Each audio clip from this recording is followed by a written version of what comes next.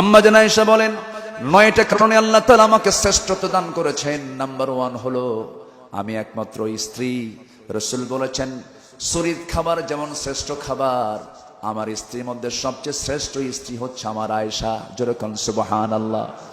আমি একমাত্র কুমারী স্ত্রী ছিলাম। 9 বছরে বিয়ে হয়েছে, 13 বছর নববধূ হয়ে নবীর ঘরে পদার্পণ করেছি। আমি আয়েশা নিজের চোখে জিবরাইলকে দেখেছি, সুবহানাল্লাহ। এবং নবীর সঙ্গে যখন একই বিছানায় শুয়ে থাকতাম, একই চাদরের নিচে ওহী নাজিল হতো আমি থাকতেই। জোরে কোন সুবহানাল্লাহ। আমি আয়েশা, আমি নিজেকে ধন্য মনে করি। আমি আয়েশা, আল্লাহ তাআলা আমার শান, আল্লাহ তাআলা একাধিক আয়াত নাজিল করেছেন। আমি আয়েশা নিজেকে ধন্য মনে করি।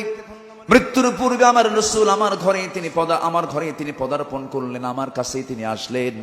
এসে বলছেন, আয়েশা প্রচন্ড মাথা ব্যথা হচ্ছে, মাথায় একটু পানি ঢেলে দাও। নবীজিকে আমার উরুতে রাসূল মাথা রাখলেন। বালিশ দিলাম, বালিশটা ঠেলে সরাইয়া দিলেন। আমার উরুতে রাসূল মাথা রাখলেন। আমি মাথার চুলগুলো সুন্দর করে ম্যাসেজ করে দিলাম, মাথায় পানি ঢেলে দিলাম। নবীজি আস্তে আস্তে ছোট্ট ছোট্ট শব্দ দিয়ে কথা বলছেন, কথা মুখ থেকে বের হচ্ছে না, প্রচন্ড দুর্বল। রাসূল বলছেন, আয়েশা মুখটা কেমন যেন দুর্গন্ধ মনে হচ্ছে, একটা মেসওয়াক এনে দাও তো, মেসওয়াক করব আমি।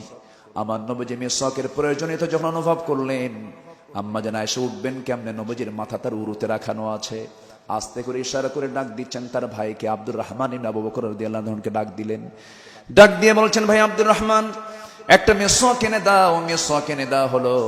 মেসওয়াকটাকে শক্ত মনে করে আম্মা জান আয়েশা সেই মেসওয়াকের আগাতে নিজের মুখে নিয়ে দাঁতের সঙ্গে লাগায়া চাবায়া চাবায়া চাবায়া চাবায়া মেসওয়াকের আগাটা তিনি নরম করে দিলেন।